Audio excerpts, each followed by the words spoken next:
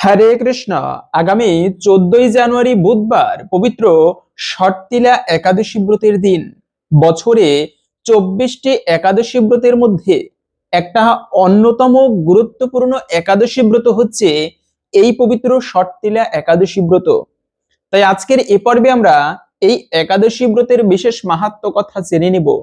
সেই সঙ্গে ষটতিলা একাদশীর দিন বড়ই পুণ্যেরময়, কিন্তু এই পুণ্যময় একাদশীর দিনেও পড়েছে সেই পৌষ সংক্রান্তির দিন, যাকে বলা হয় মকর সংক্রান্তি তিথি। এই মকর সংক্রান্তির অনেক মাহাত্ম্য শাস্ত্রে পাওয়া যায়, কিন্তু গঙ্গাসাগর মেলা অনুষ্ঠিত হয়। তবে এই শুভতম দিনে সৌভাগ্য লাভের জন্য, দারিদ্রতা দূরীভূত করার জন্য খুব সুন্দর একটা উপায়ও আজকের এই পর্বে আমরা জেনে নিব। সামান্য কিছু দানের মাধ্যমে কিভাবে জীবনে সৌভাগ্য প্রাপ্ত করা যায়, তার নিয়ম কি, তাই সকল কিছু মিলিয়ে খুবই গুরুত্বপূর্ণ প্রসঙ্গ। তাই আশা করছি আজকের এই তথ্যগুলো আপনাকে একটু হলেও সমৃদ্ধ করবে। আসুন আগামী কিছুক্ষণ সময় ধৈর্য ধরে আজকের এই গুরুত্বপূর্ণ তথ্যগুলো জেনে নেই, এবং ভালো লেগে থাকলে একটি লাইক করে কমেন্টে জয় শ্রী রাধা মাধবের জয় একবার হলেও লিখে যাবার অনুরোধ জানাচ্ছি। কেননা এই একাদশীর দিন রাধা মাধবের সব থেকে প্রিয় দিন। ভগবানের অনেক প্রিয় দিন রয়েছে, যেমন সেই বৈশাখ মাসের প্রথম দিনকে শাস্ত্রে বলা হয়েছে খুবই মঙ্গলময় দিন। তারপরে কার্তিক মাসের প্রথম দিন এবং কি রাস পূর্ণিমা তিথি, এই সমস্ত দিন বড়ই পুণ্যময় দিন। শাস্ত্রে বলা হয় 4টা দিন, বছরের 4 দিনে আমাদের প্রত্যেকের রাত্রি জাগরণ করা উচিত। তার মধ্যে প্রথমত হচ্ছে বৈশাখ মাসের প্রথম দিন, এরপরে কার্তিক মাসের প্রথম দিন এবং রাস পূর্ণিমার দিনে রাত্রি জাগরণ করা। এছাড়াও হচ্ছে সেই কৃষ্ণের জন্মাষ্টমীর দিনে রাত্রি জাগরণ করা অত্যন্ত শুভ। তবে আর একটা দিন হচ্ছে প্রতিটা একাদশী ব্রতের দিনে যদি কেউ শুধুমাত্র রাত্রি জাগরণও করে, তাতেও সে ব্যক্তি বিশেষ ফল লাভ করতে পারবে। তাই বছরে 24টি একাদশী ব্রত রয়েছে। প্রত্যেকটা একাদশী ব্রতের এক একটা আলাদা এবং বিশেষ মাহাত্ম্য রয়েছে। তন্মধ্যে আবার বিশেষত এই ষটতিলা একাদশী ব্রত বিশেষ মাহাত্ম্যপূর্ণ। কেন এই একাদশী ব্রতটি এত মাহাত্ম্যপূর্ণ? এই ব্রত যারা পালন করবে তারা কি ফল প্রাপ্ত করতে পারে? প্রথমত হচ্ছে এই একাদশী ব্রত পালন করলে কেন ষটতিলা নাম হয়েছে? ষট মানে হচ্ছে 6, তিলা মানে হচ্ছে তিল। মানে এই একাদশীর দিনে তিল দ্বারা যদি কেউ 6টি কর্ম করতে পারে, এতেও তিনি জীবনের সমস্ত পাপরাশি থেকে মুক্ত হতে পারবে। যেমন যদি কেউ এই একাদশীতে তিল অপরকে দান করে, দানের মতো পুণ্য বস্তু জগতে কিছু নেই আমরা জানি, কিন্তু বিশেষ করে একাদশীর দিনে এই যে আমরা দান করি, পঞ্চরবি শস্য দান করা একাদশীতে মহা পাপের। একাদশীতে কখনো পঞ্চরবি শস্য দান করা উচিত নয়। এমন একটা কাহিনী পাওয়া যায় যে একবার একটা বামদেবের পুত্র নামদেব, ওনার নাতি ছিল। এই নামদেব এতটা কঠোর ভগবানের নাম জপ করত, যে কারণে তার দাদু তার নাম দিয়েছিল নামদেব। এই নামদেব এতটাই ভগবানের প্রিয় ভক্ত, তিনি ভগবানের সাধনা ছাড়া শাস্ত্রের নিয়মের বাহিরে কিছু করত না। একাদশীর দিনে অন্ন দান করতে নেই, তাই তিনি প্রতিটা একাদশী ব্রত পালন করতেন। একবার কি হয়েছে, এই নামদেবকে পরীক্ষা করার জন্য দৈবক্রমে একজন ভগবানের প্রেরিত দূত তিনি এই একাদশীর দিনে নামদেবের কাছে উপস্থিত হলো। শুষ্ক কাষ্ঠের মতো দেখাচ্ছে, মনে হচ্ছে যেন 1 মাস কিছু অন্ন গ্রহণ করেনি। এমন ভাবে ক্ষুধায় কাতর হয়ে সেই ছদ্মবেশী দেবদূত তিনি নামদেবের সামনে এসে উপস্থিত হলো। প্রণাম করে বলল, গুরুজি, আমি আজকে 7 দিন ধরে অনাহারী, কিছু আহার করিনি, আমাকে আপনি কিছু খেতে দিবেন? নামদেবের খুবই দয়া হলো, বলে, বাবাজি আপনি বসুন, আপনার জন্য আমি কিছু খাবার নিয়ে আসছি। তো এই নামদেব, ওই দিন তো একাদশী ব্রত, অন্নদান করা মহাপাপের, পঞ্চরবি শস্য খাওয়া উচিত নয়। তাই নামদেব কি করেছে, মন্দির থেকে তার জন্য সুস্বাদু সুমিষ্ট রসালো ফল প্রসাদ নিয়ে এসেছে, বলে এগুলো আপনি গ্রহণ করেন। বলে আর আমার 7 দিন ধরে আমি কিছু খাইনি, একটা অন্ন আমার পেটে পড়েনি, আপনি দয়া করে আমাকে কিছু অন্ন দান করুন, তা না হলে আমি খাবো না। নামদেব পড়ে গেলেন বিপদে। একে তো হচ্ছে অতিথি দেবো ভব, অতিথি নারায়ণ, আবার তিনি অন্ন খাবে, ফল খাবে না, কেননা তার 7 দিন পেটে কোনো অন্ন পড়েনি। কিন্তু নামদেব কঠোর, তিনি হচ্ছে কঠোর তপস্বী। নামদেব বলল, বাবাজি, যদি আপনার অন্ন গ্রহণ করতে হয় এখানে আমি দিতে পারবো না, আপনি কৃপা করে অন্য কোথাও এই আপনার খাবারের অনুসন্ধান করুন।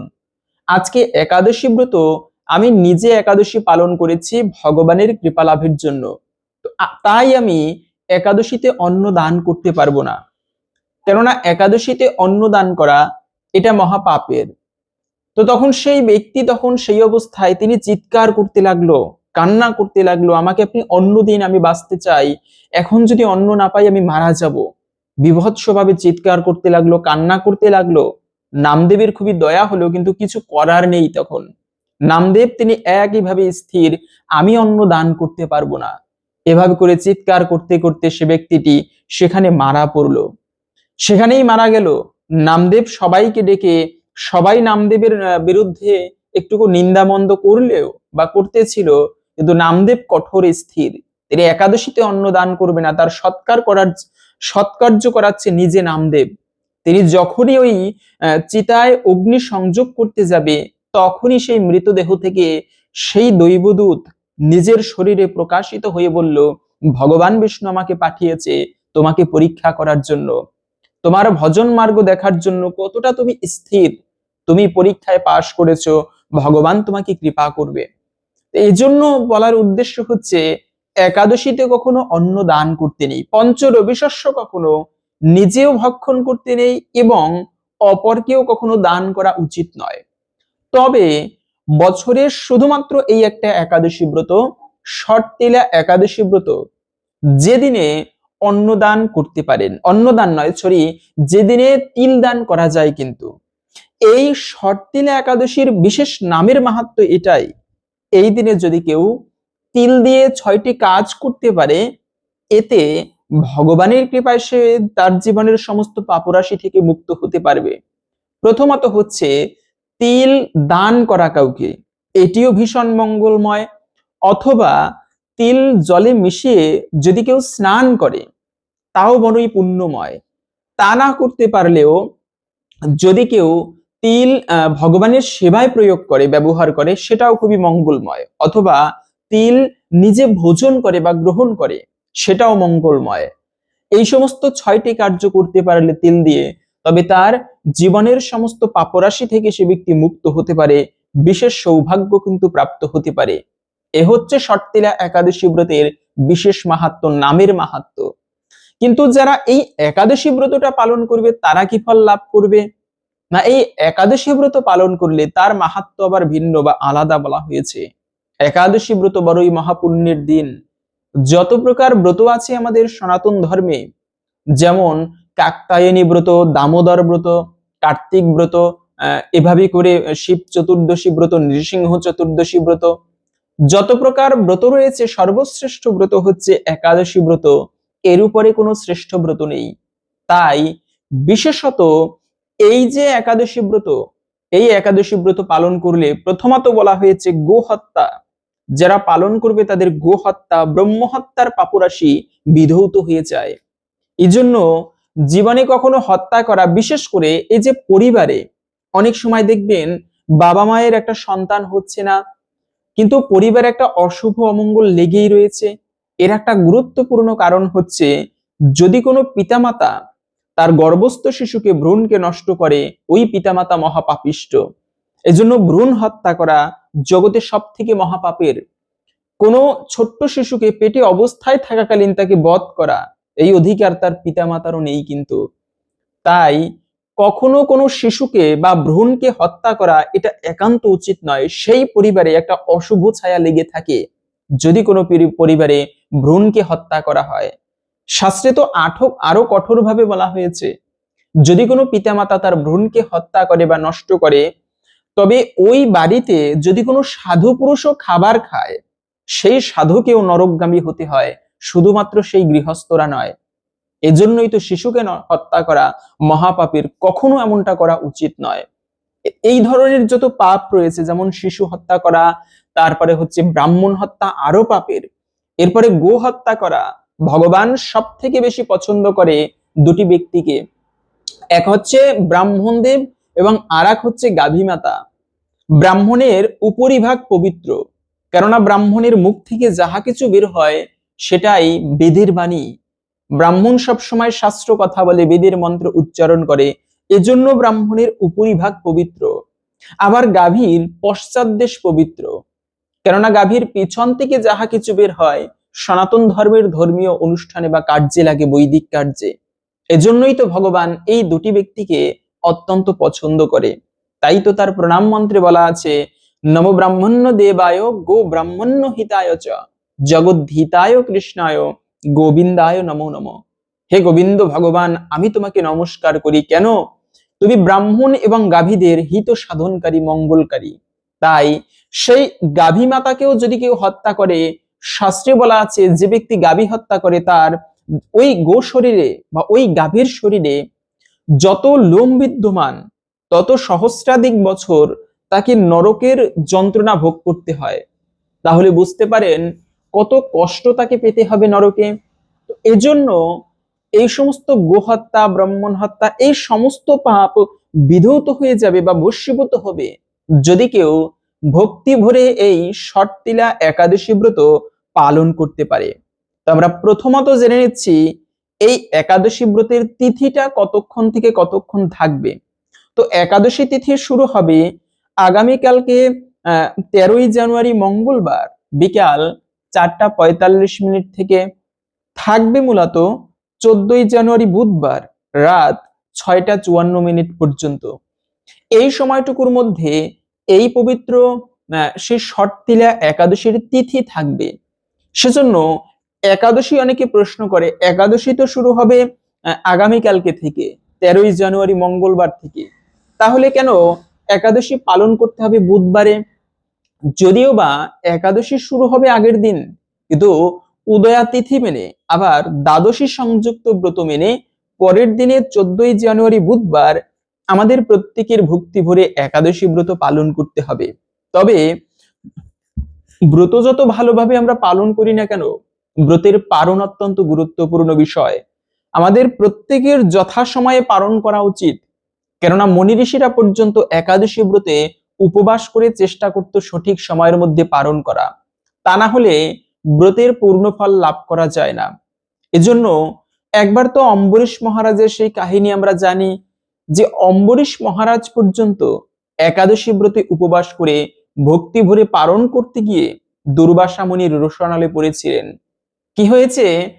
অম্বরীশ মহারাজ এত ভালো রাজা ছিল যে তার রাজ্যে তিনি নিজে ভক্ত, আর রাজা যদি ভগবানের সেবক হয়, বৈষ্ণব হয়, তার রাজ্যে প্রজারাও তেমন হবে। তো সেই রাজা অম্বরীশ মহারাজ, যার কথা ভাগবতে পর্যন্ত ব্যাসদেব লিখে গিয়েছেন, সেই অম্বরীশ মহারাজ তিনি প্রতিদিন নিজের হাতে শ্রী গোবিন্দের সেবা করতেন। এভাবে করে প্রতিদিন ভগবানের ভক্তি ভরে সেবা করতেন। এবং শুধু তাই নয়, তার রাজ্যে সবাই সেবা করত ভগবানের, সবাই একাদশী ব্রত পালন করত। অম্বরীশ মহারাজ একাদশীর আগের দিনে ঢেরা পেটিয়ে ঘোষণা করে দিত, আগামীকালকে একাদশী ব্রত তোমরা সবাই ভক্তি ভরে পালন করবে। তো এভাবে করে রাজ্যের সবাই ধর্মকর্ম করত। একদিন কি হলো, অম্বরীশ মহারাজ একাদশী ব্রত পালন করেছে, তো ব্রতের পরের দিনে যে পারণ হয়, ওই পারণের সময় কিন্তু ব্রাহ্মণ বৈষ্ণব ভোজন করানোর মঙ্গলময় খুবই। তো এই অম্বরীশ মহারাজ তখন রাজ্যের সমস্ত ব্রাহ্মণদেরকে নিমন্ত্রণ করেছে, এমনকি সেখানে মনি ঋষি উপস্থিত, দুর্বাসা মুনিও উপস্থিত হলো।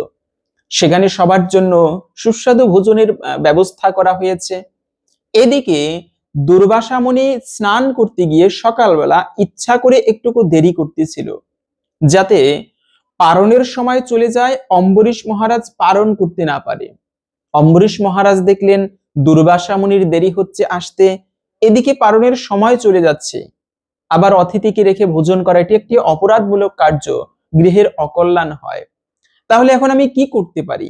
ব্রাহ্মণদেরকে বলল, ব্রাহ্মণদ্বয়, এদিকে দুর্বাসা মুনির দেরি হচ্ছে আসতে, আমি এখন কি করব, আমার পারণের সময়ও তো চলে যাচ্ছে, অতিথিকে রেখে আবার ভোজনও করা উচিত নয়।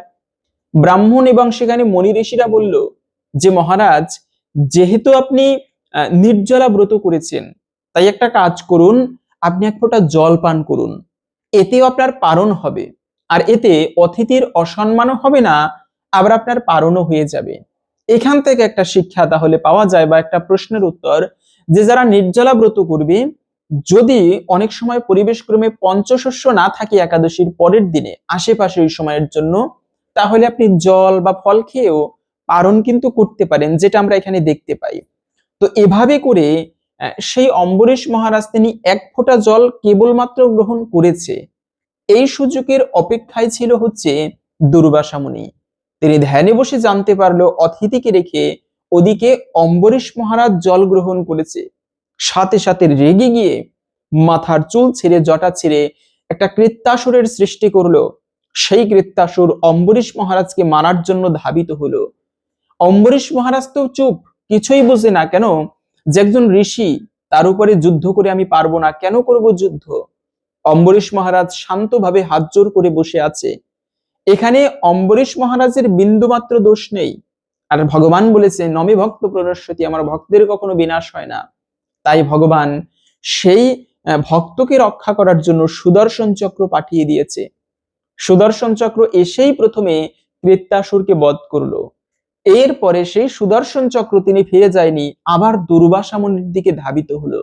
দুর্বাসা মুনি, প্রাণের ভয় জগতে কার না আছে, সে মুনি হোক ঋষি অথবা যেই হোক না কেন, প্রত্যেকটা ব্যক্তির কিন্তু প্রাণের ভয় আছে। দুর্বাসা মুনি প্রাণের ভয়ে ভীত হয়ে সে পলায়ন করতে করতে কৈলাস পর্বতে শিবের কাছে উপস্থিত। মহাদেব আমাকে রক্ষা করুন। বলে তুমি একটা কাজ করো, এই সুদর্শন চক্র থেকে আমি তোমাকে রক্ষা করতে পারবো না, তুমি স্বয়ং বিধাতা ব্রহ্মার কাছে যাও, তিনি হয়তোবা তোমাকে রক্ষা করতে পারবে এই সুদর্শন চক্র থেকে। এই দুর্বাসা মুনি এত মহা তপস্বী, তিনি সবসময় দুর্ভাগাসের রস খেত। এভাবে করে তিনি কঠোর জীবন যাপন করে সাধনা করত। মহাদেবের অবতার তিনি। তাই সেই দুর্বাসা মুনি সেখান থেকে ব্রহ্মার কাছে উপস্থিত। ব্রহ্মাকে বলল, প্রভু আমাকে রক্ষা করে এই সুদর্শন চক্র থেকে। বলে এই সুদর্শন চক্র একমাত্র যে ব্যক্তি নিক্ষেপ করেছে, ব্রহ্মা বলতে লাগলো, তিনি তোমাকে রক্ষা করতে পারে, যাও তুমি সেই পরম প্রভু পরমেশ্বর ভগবান শ্রী বিষ্ণুর কাছে যাও বৈকুণ্ঠে, যদি তুমি এর থেকে রক্ষা পেতে চাও। দুর্বাসা মুনি তখন ত্রাহি ত্রাহি করতে করতে বৈকুণ্ঠে গোলকাধিপতি ভগবানের কাছে উপস্থিত। প্রভু আমাকে রক্ষা করো। ভগবান বিষ্ণু মৃদু হেসে বলল, দুর্বাসা, কাটা যেখান থেকে ফুটে সেখান থেকে বার করতে হয়। তুমি অপরাধ করেছো অম্বরীশ মহারাজের চরণে, এখানে আমার কাছে ক্ষমা চাইলে আমার কিছু করার নেই, আমি কিছু করতে পারবো না। যদি তুমি বাঁচতে চাও, এই সুদর্শন চক্র থেকে মুক্তি পেতে চাও, তবে তুমি এক্ষুনি গিয়ে অম্বরীশ মহারাজের কাছে গিয়ে তার চরণে পড়ে ক্ষমা প্রার্থনা করো, তবেই তুমি এখান থেকে রক্ষা পাবে। কেন, অম্বরীশ সাধারণ কোনো বৈষ্ণব নয়, এখানে তার কোনো ভুল ছিল না। দুর্বাসা মুনি তৎক্ষণাৎ অম্বরীশ মহারাজের কাছে গিয়ে ক্ষমা প্রার্থনা করে, এবং সেখান থেকে অম্বরীশ মহারাজও, এজন্য এখান থেকে আর একটা শিক্ষা, অম্বরীশ মহারাজ চাইলে কিন্তু রেগে যেতে পারতো, আর আমাকে বিনা কারণে মারতে চেয়েছেন, এখন আবার আমার কাছে এসেছেন। কিন্তু না, অম্বরীশ মহারাজ কত সুন্দর বৈষ্ণবতার পরিচয় দিয়েছে। দুর্বাসা মুনি যখনই গিয়েছে, দেখা মাত্র আলিঙ্গন করেছে, তারপরে সেই সুদর্শন চক্র ফিরে গিয়েছে বৈকুণ্ঠে। তো এজন্য হচ্ছে বিষয় যে এই একাদশী ব্রত যারা পালন করে এরা মহাপুণ্যময়। এই পারণকে কেন্দ্র করে কাহিনীটা ঘটেছিল। বলার উদ্দেশ্য হচ্ছে এজন্য পারণ অত্যন্ত গুরুত্বপূর্ণ বিষয়। আর এই শর্তিলা একাদশী ব্রতের পালন করতে হবে পরদিন। আপনারা তো বুধবারে প্রত্যেকে ব্রত করবেন, পালন করবেন বৃহস্পতিবারে। পরদিন সকাল, পশ্চিমবঙ্গের ক্ষেত্রে পালন করতে হবে সকাল 6টা 27 মিনিট থেকে 9টা 56 মিনিটের মধ্যে। দিল্লিতে পালন করতে হবে 7টা 14 মিনিট থেকে 10টা 45 মিনিটের মধ্যে। বৃন্দাবনে পালন করতে হবে 7টা 10 মিনিট থেকে 10টা 42 মিনিটের মধ্যে। উত্তরপ্রদেশে পালন করতে হবে 6টা 54 মিনিট থেকে 10টা 30 মিনিটের মধ্যে। বাংলাদেশে পালন করতে হবে 6টা 42 থেকে 10টা 19-এর মধ্যে। এই সময়টুকুর মধ্যে পঞ্চরবি শস্য প্রসাদ দিয়ে ভগবানের কাছে বিশেষভাবে প্রার্থনা করে তারপরে আপনারা এই একাদশী ব্রতের পালন করবেন। এবং এই একাদশীর দিনটি কিন্তু সাধারণ কোনো দিন নয়। এজন্যই তো যমরাজ যমদূতদেরকে বলেছে, শুনে রাখো যমদূতগণ, যারা একাদশী ব্রত পালন করে তাদেরকে তোমরা দূর থেকে প্রণাম করে চলে আসবে, কখনো তাদেরকে এই নরকে আনবে না। এজন্য একাদশী ব্রত যারা পালন করে এরা দেবতাদেরও দুর্লভ, আমাদেরও প্রণাম্য। যমরাজ এটা বলেছেন। এমনকি মা পার্বতী তিনি একবার মহাদেবের কাছে জানতে চাইলেন একাদশী পালনের মাহাত্ম্য কি এবং যারা এই ব্রত পালন না করবে তাদের কি ফল লাভ হয়। মহাদেব পর্যন্ত বললেন, দেবী, যারা একাদশী ব্রত পালন করে তারা দেবতাদের থেকেও দুর্লভ, ভগবান শ্রীহরির ধাম তারা প্রাপ্ত হয়। কিন্তু যারা পালন না করবে তাদের একাদশীর দিনে যারা অন্ন গ্রহণ করবে প্রতি গ্রাসে গ্রাসে তাদের মহাপাপের ভাগী হতে হয়। এজন্য একাদশীতে কখনো অন্ন গ্রহণ করতে নেই, এটি মহাপাপের। তাই তো মহাদেব সহ মা পার্বতী তারা ব্রত করে। অনেকে বলে এই একাদশী আমাদের করতে হয় না, এত এত কিছু করতে হয় না, আমরা এগুলো মানি না, কিন্তু এগুলো মানতে হয়। মহাদেব সহ মা পার্বতী ব্রত করে, পঞ্চ পাণ্ডবের সাথে দ্রৌপদী তারাও ব্রত করত। ভগবান শ্রীকৃষ্ণ পর্যন্ত দেখিয়ে দিয়েছে একাদশী ব্রত প্রত্যেকের পালন করা উচিত। যদি আমরা জানি অনেকে একাদশী ব্রত কিভাবে পালন করতে হয়, কিন্তু একাদশীর দিনে কি কি খাওয়া যাবে, প্রথমত হচ্ছে কি খাওয়া যাবে না। একাদশীর দিনে আপনি পেট ভরে সবজি আদি খেতে পারেন, যত ইচ্ছে আপনি সবজি, ফল, জল, ঔষধ, ব্রাহ্মণ, গুরুবাক্য এগুলো গ্রহণ করতে পারেন। কিন্তু একাদশীতে কখন উচিত নয় সেই পঞ্চরবি শস্য ভক্ষণ করা, যেমন ধান জাতীয় খাবার, পিঠা, পুলি, পায়েস, খিচুড়ি। তবে ধানের কথা বলতে গিয়ে মনে পড়লো, এই একাদশীর দিনে এবছরের শর্তিলা একাদশীর দিনে কিন্তু মকর সংক্রান্তি পড়েছে। আর মকর সংক্রান্তির মাহাত্ম্য তো আমরা জানি। এই দিনে সূর্যদেব তিনি উত্তর দিকে তার গতিপথ পরিবর্তন করে, তিনি উত্তর দিকে যাত্রা করে। এজন্য উত্তরায়ণের শুরু হয় এই মকর সংক্রান্তি থেকে বা পৌষ সংক্রান্তি থেকে। এই দিন থেকে দিনের সময়ের বৃদ্ধি হয় এবং রাত্রির সময়ের কমতি হতে থাকে। আবার এই পৌষ সংক্রান্তি কেন এত মাহাত্ম্যপূর্ণ? এই পৌষ সংক্রান্তির দিনে স্বয়ং বিশ্বদেব হস্তিনাপুরের একমাত্র রাজ সিংহাসন রক্ষা করার জন্য যার অবদান সব থেকে বেশি, তিনি হচ্ছেন বিশ্বদেব, যিনি জীবনটাকেই বিসর্জন করেছেন হস্তিনাপুরের রাজ সিংহাসনের জন্য। সেই বিশ্বদেব যেদিনে তিনি দেহত্যাগ করেছেন সেই দিনটি হচ্ছে এই পবিত্র পৌষ সংক্রান্তি বা মকর সংক্রান্তির দিনে। বিশ্বদেব এই দিনেই কিন্তু দেহত্যাগ করেছিলেন, তাই তো এই দিনটি এত বেশি পুণ্যময়। পাশাপাশি হচ্ছে এই পৌষ সংক্রান্তি দিনে অনেক ভালো ভালো পিঠা, পুলি আদি করা হবে, ভগবানকে ভোগ নিবেদন করা হবে। সেক্ষেত্রে হচ্ছে এই পিঠাপুলি যেহেতু ধান থেকে আসে, তাই এই পিঠাপুলি কখনো একাদশীর দিনে ভক্ষণ করা উচিত নয়। আপনারা বানাতে পারেন পিঠাপুলি, বানিয়ে ভগবানের ভোগ দিবেন, এভাবে করে ভগবানকে ভোগ দিয়ে সেই প্রসাদ রেখে দিবেন। পরের দিনে একাদশীর পরের দিনে দ্বাদশীর দিনে আপনারা সকালবেলা ভক্তি ভরে গ্রহণ করবেন। এভাবে করে একাদশীর দিনে তৈরি করে পিঠা দ্বাদশীর দিনে খেতে পারেন। কিন্তু একাদশীতে কখনো ধান জাতীয় খাবার, যে কোনো প্রকার পিঠা, পুলি, পায়েস, খিচুড়ি, গম জাতীয় খাবার, বিস্কিট, কেক, পাউরুটি, আটা রুটি এগুলো খেতে নেই। যে কোনো প্রকার ডাল, তারপরে হচ্ছে সরিষার তেল, এগুলো কিন্তু খাওয়া উচিত নয়। আবার পাঁচফোড়ন ব্যবহার করা উচিত নয় সবজির মধ্যে। কাউন, শ্যামা চাল, চিয়া সিড, ওটস, কিনুয়া, বাকুইটস এগুলো কিন্তু খাওয়া উচিত নয় একাদশীর দিনে। তবে অনেকে প্রশ্ন করে একাদশীর দিনে আবার সংকল্প কখন করতে হয়? কেননা সংকল্পেন বিনা রাজেন ইয়ৎ কিঞ্চিৎ কুরুতে নর ফলঞ্চ অল্পকম তস্য ধর্মস্য অধ্যক্ষয় ভবেৎ। সংকল্পবিহীন যে ধর্মকর্ম করা হয় সেই ধর্মকর্মের ফল সম্পূর্ণ লাভ হয় না, ক্ষীণ হয়ে যায়। এজন্য সংকল্প করে ধর্ম কাজ করা উচিত আমাদের। তো বিশেষ করে এই একাদশীর ক্ষেত্রে আমাদের চেষ্টা করা উচিত সংকল্প করা। এখন কথা হচ্ছে সংকল্প কিভাবে করতে হয়। হ্যাঁ, সেক্ষেত্রে হচ্ছে একাদশী ব্রতের সংকল্প একাদশীর দিন আপনারা একাদশীর আগের দিনটি নিরামিষাদি খেয়ে তাড়াতাড়ি দন্ত ধাবন করে ঘুমিয়ে যাবেন। এবং একাদশীর দিনটি হচ্ছে মুখ্যত বিষয়। এই দিনে না খেয়ে থাকলাম, উপবাস হয়ে গেল, বিষয়টা এরকমও নয়। উপবাস মানে ভগবানের নিকটে বাস করা। উপমানে নিকটে, বাস মানে বাস করা। এই দিনে ভক্ত সঙ্গ করা, ভগবানের সেবা পুজো আদি করা, এটা হচ্ছে উপবাসের মূল বিষয়। তো এই জন্য এই একাদশীর দিনে তাড়াতাড়ি ঘুম থেকে উঠে চেষ্টা করবেন। এই মকর সংক্রান্তি আরো বেশি মাহাত্ম্যপূর্ণ হচ্ছে স্নানের জন্য। এই দিনে গঙ্গা সাগর মেলা অনুষ্ঠিত হবে। এই একাদশীর দিনে হাজার হাজার ভক্তবৃন্দ তারা গঙ্গা দেবীর নদীতে অবগাহন করবে পাপ মুক্ত হবার জন্য। তো তাই এই দিনে আপনি যদি পারেন সকালবেলা প্রভাতকালে স্নান আদি করে ঠাকুরকে পুজো দিবেন।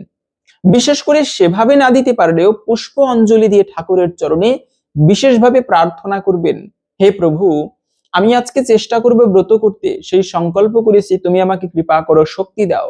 এভাবে করে যার যার ভক্তি অনুসারে প্রার্থনা করবেন, ব্রত করার সংকল্প নেবেন ভগবানের কাছে পুষ্প অর্পণ করে।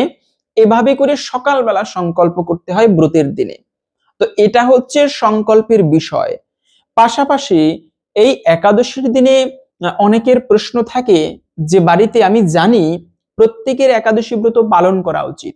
সুন্দর একজন মা এরকম প্রশ্ন করেছেন, সুন্দর একটা প্রশ্ন, যে আমি জানি প্রত্যেকের একাদশী ব্রত পালন করতে হবে, কিন্তু যদি এমন হয় আমি একাদশী ব্রত করেছি কিন্তু আবার সবার জন্য এই পঞ্চরবি শস্য ভাত আদি রান্না করে দিতে হচ্ছে পরিবেশ ক্রমে, তাহলে এটা কি ব্রত হবে বা এটা অপরাধ হবে কিনা? হ্যাঁ, সেক্ষেত্রে ধর্মকাজ আপনি যেভাবেই করেন সেটাই মঙ্গল। কেননা স্বল্পমপিয়াস্য ধর্মস্য ত্রায়তে মহত ভয়াৎ। স্বল্পমাত্র যদি কেউ ধর্মের অনুষ্ঠান করে তা মহাভয় থেকে পরিত্রাণ করে। এজন্য ধর্মফলের কখনো কমতি হয় না। তাই পরিবারের লোকজনের বোঝা উচিত যে আজকে বেচারি একাদশী করেছে, ওকে দিয়ে ধর্ম কাজ করাবো, ওকে দিয়ে সাধারণ কাজ করাবো না তেমন। সবাই মিলে সহযোগিতা করলে তবে হয় ধর্ম।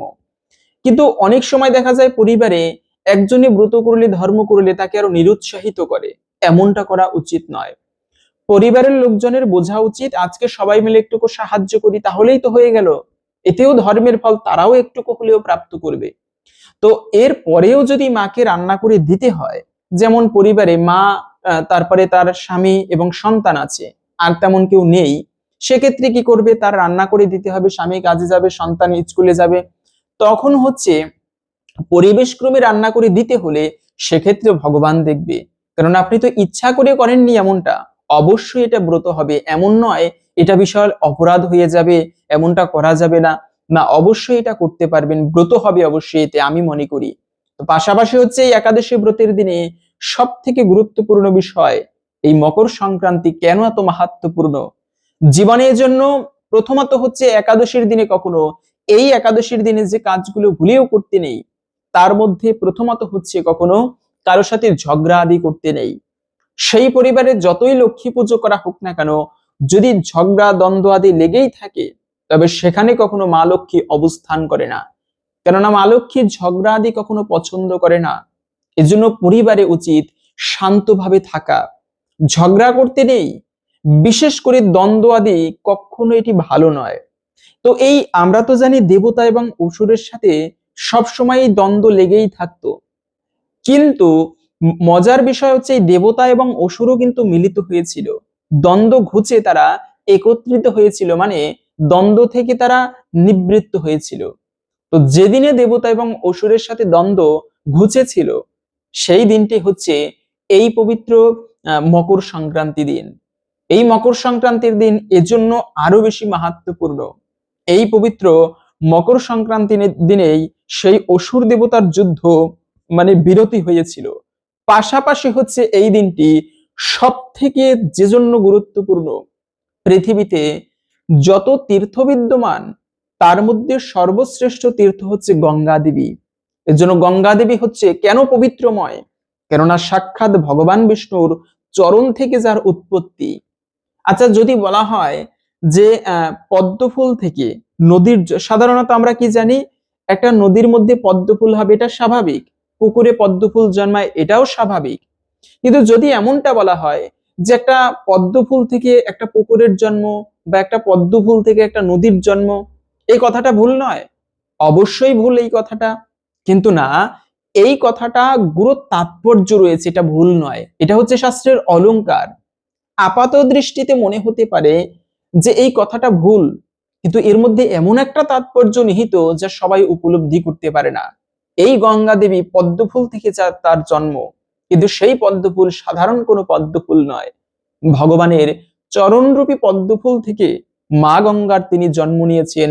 ভগবানের চরণ থেকে যিনি আবির্ভূত হয়েছেন, ধরিত্রী পবিত্রকারী, ধরণী পবিত্রকারী সেই মা গঙ্গা, তিনি এই পৃথিবীতে আগমন করেছিলেন যেদিনে, সেই দিনটি হচ্ছে এই পবিত্র মকর সংক্রান্তির দিন বা পৌষ সংক্রান্তির দিন। তাই তো এই দিনে এজন্য গঙ্গা দেবীকে ভাগীরথী বলা হয়। কেন? রামের পূর্বপুরুষ ভগীরথ, এই ভগীরথ তার কঠোর তপস্যার দ্বারা গঙ্গা দেবীকে প্রসন্ন করে তিনি সগর রাজ্যের ৬০,০০০ পুত্রকে উদ্ধার করার জন্য এই জগতে তাকে এনেছিলেন বা মানে আনয়ন করেছিলেন তপস্যার মাধ্যমে। তো সে অনেক বিশাল কাহিনী আমরা ইতিপূর্বে আলোচনা করেছি, আপনারা পূর্বের ভিডিওতে দেখে নিতে পারেন কিভাবে গঙ্গা দেবী এসেছে, কেন ভগীরথের পুত্রগণ অভিশাপ পেয়েছে। কিন্তু এই গঙ্গা দেবীকে নিয়ে সুন্দর একটা কাহিনী পাওয়া যায়। যদি তেমন কিছু নাও করতে পারে ভক্ত, কিন্তু প্রত্যহ গঙ্গা স্নান করতে পারে, সরল মনে গঙ্গা দেবীকে কিছু দানও করতে পারে, তার ফলেও তিনি জীবনের সৌভাগ্য লাভ করতে পারে। একবার সেই আমরা বিখ্যাত ভক্ত মানে মুচি, সেই আমরা রহিদাসের কথা তো জানি। সেই রহিদাস মুচি তিনি এতটা গরিব ছিল যে জুতা সেলাই করত এবং সেখান থেকে তিনি যা পেত তাই দিয়ে সংসার চালাতো। একবার ভগবান রামচন্দ্র রহিদাসকে কিছু দিতে এসেছে, রহিদাস মুচি কিছুই নেয়নি, কিন্তু এমনটা ছিল সেই মানে এত তার গুরু মানে ভগবানের প্রতি ভক্তি ছিল, এত তার সরলতা ছিল। ভগবান রামচন্দ্র বলল, আরে আমি রাম, তোমাকে কিছু দিতে এসেছি, তুমি নাও, কিন্তু ও নেয়নি। কিন্তু এজন্য ভগবান তখন বলেছিল, রহিদাস সববারই কি তুমিই জিতে যাবে, একবার কি আমাকে জিততে দেবে না? রহিদাস বলল, প্রভু পরজন্মে তোমাকে জিতিয়ে দিব, আমাকে মুক্ত করে দিও, তোমার কাছে নিয়ে যেও, কিন্তু এই জন্মে আমি আমি জীবনে অত ধনী হতে চাই না, জীবনে তোমার নাম জপ করে কাটাতে চাই, আনন্দ ভরে বাঁচতে চাই। ধন থাকলে ধনের প্রতি একটা অন্যরকম লালসা জেগে যাবে, আর তোমার সাধনা করা হবে না। ভগবান বলেছিল, রহিদাস তোমাকে প্রতিদিন 2টা করে স্বর্ণ দেব তোমার ঠাকুর ঘরে। রহিদাস নেয়নি, কিন্তু সেই রহিদাসের এত তপস্যার বল, মানে বলার উদ্দেশ্য হচ্ছে গঙ্গা দেবীকে কেন্দ্র করে একবার কি হয়েছে, সেই গঙ্গায় পুজো করে প্রতিদিন, সেখানে একটা পুরোহিত জুতা সেলাই করতে রহিদাসের কাছে গিয়েছে। কথায় কথায় শুনেছে পুরোহিতের কথা, তিনি হচ্ছে গঙ্গার পুজো করে। রহিদাস তখন কি করেছে, তিনি তার ব্যাগ থেকে একটা কলা বের করে সেই পুরোহিতকে দিল। পুরোহিত মশাই, আপনি তো গঙ্গা দেবীর সেবা করেন, তো কৃপা করে আমার একটু উপকার করবেন, আপনার কোনো মূল্য নিব না, আমি আমি জুতা সেলাই করি ভক্তদের বিনামূল্যে, কিন্তু আমার একটা উপকার করবেন, আপনি এই কলাটা আমার হয়ে গঙ্গা দেবীকে ফেলে দিবেন বা গঙ্গা দেবীর কাছে দিবেন, যে আমি তাকে নিবেদন করেছি। ঠিক আছে, পুরোহিত নিয়ে গেল এবং মনে মনে ভাবতে লাগলো, আরে ভগবান মানে মা গঙ্গাকে আমরা এত ঐশ্বর্যভাবে সেবা করি, আর একটা কলা এই রহিদাস মুচি দিয়েছে, এই রহিদাসের ভক্তি। ঠিক আছে, সেই পুরোহিত মানে সন্ধ্যাকালে আরতি করছে, গঙ্গা দেবীর পুজো করছে, অনেক সে কত রাজসিক আরতি, পুজো করা শেষ, সব শেষে তার মনে হলো ওই কলার কথা, তো কলাটা ধরে তাচ্ছিল্য করে দূর মানে গঙ্গার মধ্যে ছুঁড়ে ফেলতেছিল। যখনই ছুঁড়ে ফেলতে গিয়েছে, সাথে সাথে গঙ্গা দেবীর থেকে একটা হাত উঠে এসে সেই কলাটাকে ধরে ফেললো। বলে, পুরোহিত এই কলাটা এভাবে ফেলো না, এটা আমার ভক্ত দিয়েছে, সরল মনে রহিদাসের দেওয়া, তুমি এভাবে ফেলে দিতে পারো না।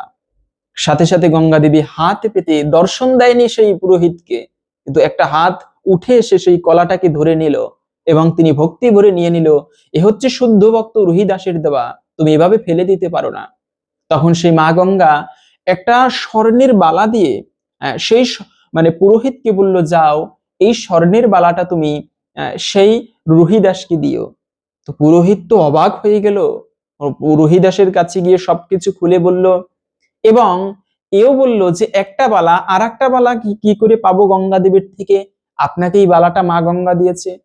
তখন রহিদাস বলল, দেখতে চাও? তখন সেই রহিদাস যেখানে চামড়া ভিজিয়ে রাখতো, ওই চামড়ায় গঙ্গা দেবীকে স্মরণ করে মনে মনে গঙ্গাকে আহ্বান করলো। সেখান থেকে আর একটা হাত উঠে এসে আর একটা বালা দিয়ে দিল। এ নিয়ে বিশাল কাহিনী, সেদিকে যাচ্ছি না। সেই বালা আবার চুরি করে রেখে দিয়েছিল এই পুরোহিত। তো সেভাবে করে সেই মানে রহিদাসের এই ছিল ভক্তি। এজন্য মন যদি সরল হয়, ভক্তি যদি অগাধ হয়, একদিন যে কেউ যে কোনো দেবদেবীর সেবা করলে তারা প্রসন্ন হয়, ভগবান পর্যন্ত প্রসন্ন হয়। তো যাই হোক, আসুন আগামী কিছুক্ষণ সময় এখন আমরা ধৈর্য ধরে এই পবিত্র ষট্টিলা একাদশী ব্রতের মাহাত্ম্য কথা জেনে নিচ্ছি। কেননা শ্রবণম মঙ্গলম, শ্রবণের মাধ্যমেও অনেকাংশেই এই একাদশী ব্রতের বিশেষ মাহাত্ম্য কথা জানা যায়, মানে বিশেষ মানে ফল কিন্তু লাভ করা যায়। এজন্য প্রতিটা একাদশী ব্রতের, যে একাদশী ব্রতই আসুক না কেন, আপনি চেষ্টা করবেন সেই একাদশী ব্রতের মাহাত্ম্য কথা ভক্তি করে জেনে নিতে বা নিজেরা পাঠ করবেন। সবসময় ইউটিউব থেকে শুনবেন এরকমটা নয়। এই যে এই গ্রন্থটা পাওয়া যায় ইসকনের, খুবই ভালো এই গ্রন্থটা, একাদশী মাহাত্ম্য কথা, আপনারা যে কোনো মন্দিরে গেলে সংগ্রহ করতে পারবেন। সেখান থেকে আপনারা সংগ্রহ করে সন্ধ্যাকালে পরিবারের যতজনে আছেন নিজেরা বসে পাঠ করেন। ইউটিউব থেকে শুনতে শুনতে আমাদের একটা মেন্টালিটি হয়ে গেছে অনলাইন, কিন্তু না, নিজেরা বসে একটুকু পাঠ করুন, বাড়িতে সবাই মিলে একটুকু সন্ধ্যা আরতি কীর্তন আদি করুন, এতে হয় প্রকৃত মঙ্গল। তাই তো শ্রবণম মঙ্গলম, এই একাদশীর দিনে একটুকু ধর্ম কাজ করলে তার সহস্র গুণ বেশি ফল লাভ করা যায়। তাই আসুন আমরা কিছুক্ষণ সময় ধৈর্য ধরে এই একাদশী ব্রতের মাহাত্ম্য কথা জেনে নিচ্ছি। এরপরে এই একাদশীর দিনে কোন কার্যটি করার মাধ্যমে, কি দান করার মাধ্যমে জীবনে সৌভাগ্য লাভ করা যায়, দারিদ্রতা দূরীভূত হবে, সেই প্রসঙ্গেও জেনে নিচ্ছি। ষট্টিলা একাদশী, মাঘ মাসের কৃষ্ণপক্ষের ষট্টিলা একাদশী মাহাত্ম্য ভবিষ্যৎতর পুরাণে বর্ণিত আছে। যুধিষ্ঠির মহারাজ বললেন, হে জগন্নাথ, মাঘ মাসের কৃষ্ণপক্ষের একাদশীর নাম কি, বিধিই বা কি, এবং তার কি ফল, সবিস্তারে বর্ণনা করুন। তদুত্তরে ভগবান বললেন, হে রাজন, এই একাদশী ষট্টিলা নামে জগতে বিদিত।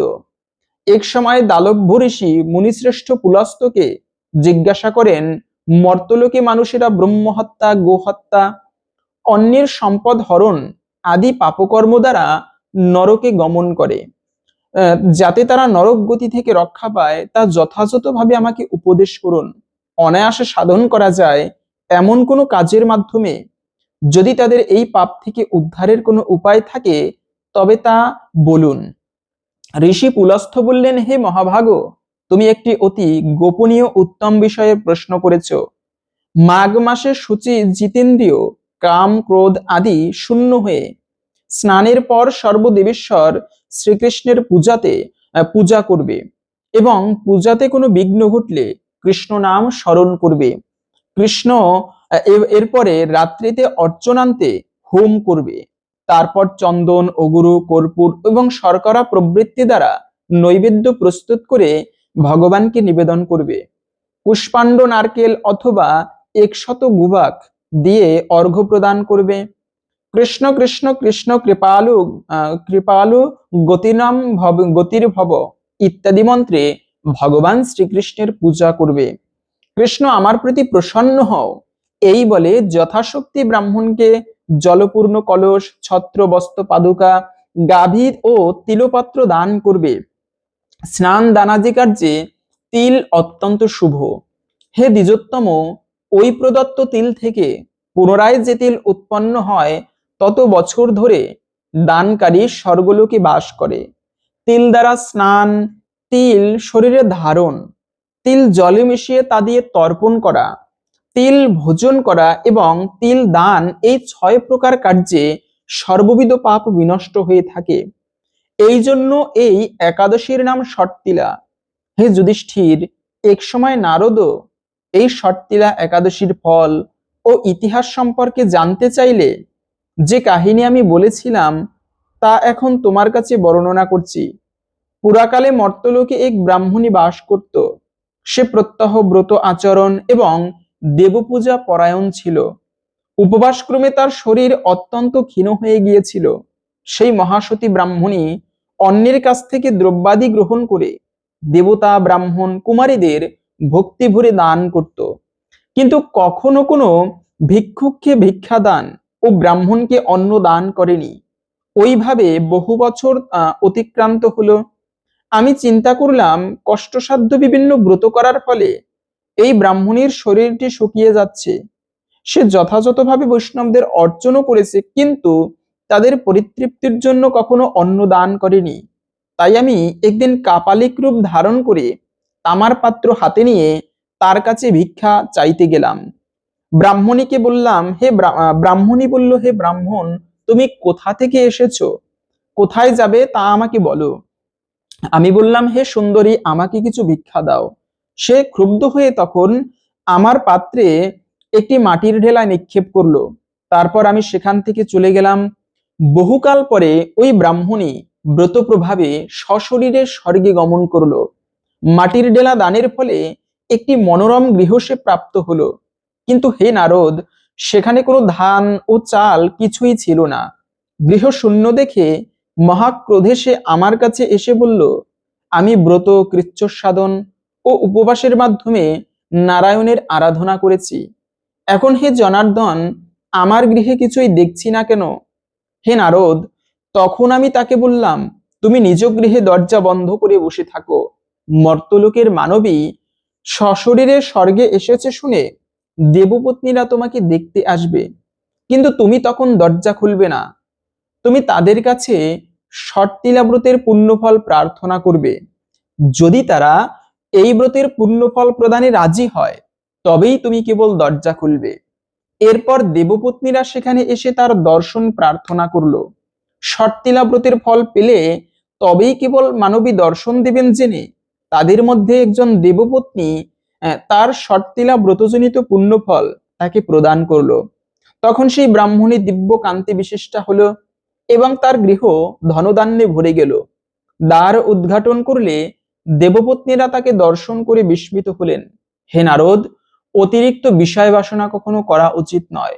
বিট্টুসত্য অকর্তব্য, কিন্তু নিজ সাধ্যমতো তিল, বস্ত্র, অন্ন দান করবে। ষট্টিলাব্রতের প্রভাবে দারিদ্রতা, শারীরিক কষ্ট, দুর্ভাগ্য প্রবৃত্তি বিনষ্ট হয়। এই বিধি অনুসারে তিল দান করলে মানুষ অনায়াসে সমস্ত পাপ থেকে মুক্ত হয়। এই ছিল মূলত পবিত্র ষট্টিলা একাদশী ব্রতের মাহাত্ম্য কথা। আশা করি বুঝতে পেরেছেন এই একাদশী ব্রত পালন করলে আমরা কি ফল লাভ করতে পারি। এজন্য আমাদের প্রত্যেকের উচিত একাদশী ব্রত পালন করা এবং সেই সঙ্গে সকলের মাঝে ছড়িয়ে দিবেন, যেন আমরা সবাই একাদশী ব্রত প্রসঙ্গে জেনে উৎসাহী হই পালন করতে। তবে এই একাদশীর দিনে 1 টাকা দান করলেই মঙ্গল হয় না। যদি এই দিনে আপনি গরিব দুঃখীদের সেবা করতে পারেন সাধ্যমতো, আপনার সামর্থ্য অনুযায়ী 10 টাকা দান করেন কিছু গরিবকে বা ব্রাহ্মণদেরকে, প্রচন্ড শীত পড়েছে, আপনি একটা কম্বল দান করেন কোনো ব্রাহ্মণকে বা গরিব ব্যক্তিকে। মানুষ হয়ে মানুষের সেবা করা, এর মধ্য দিয়েও শ্রীহরির প্রসন্নতা কিন্তু বিধান করা যায়। বিশেষত এই একাদশীতে আপনি যদি এই কম্বল দান না করেন বা সেভাবে আর্থিক সহযোগিতা করতে না পারেন, তাহলে আর একটা কাজ করতে পারেন। যেমন একটা ভুল করেছিল এই মানবী ব্রাহ্মণী, তিনি ব্রত আদি করেছে কিন্তু অন্ন দান করেনি। তো আপনি এই একাদশী ব্রতের পরের দিনে গিয়ে অন্ন দান করতে পারেন, কেননা জগতের সব থেকে শ্রেষ্ঠ দান অন্নদান, এর উপরে কোনো দান নেই। তো আপনি এই দিনে কিছু গরিবদের অথবা ছোট্ট বাচ্চাদের, না হলে 2-1 ব্রাহ্মণ বৈষ্ণবকেও একাদশীর দিনে পারণের সময় আপনি ভোজন করাতে পারেন উত্তম সুস্বাদু খাবার দিয়ে, প্রসাদ দিয়ে। এর মাধ্যমেও একটুকু হলেও বিশেষ কৃপা লাভ করা যায়, জীবনের দারিদ্রতা দূরীভূত হয় এবং সৌভাগ্য লাভ হয় এই ব্রাহ্মণ বৈষ্ণব সেবার মাধ্যমে। তো আশা করছি আজকের এই তথ্যগুলো আপনাকে একটুকু হলেও সমৃদ্ধ করেছে। ভালো লেগে থাকলে একটি লাইক করে কমেন্টে জয় শ্রী রাধা মাধবের জয়, জয় ষট্টিলা একাদশী ব্রতের জয় একবার হলেও লিখে যাবার অনুরোধ জানাচ্ছি। রাধা মাধবের কৃপায় আমাদের প্রত্যেকের জীবনে মঙ্গল হোক, সমৃদ্ধি লাভ হোক, এই কামনা করে আজকের ভিডিওটি এখানে সমাপ্ত করছি। হরে কৃষ্ণ।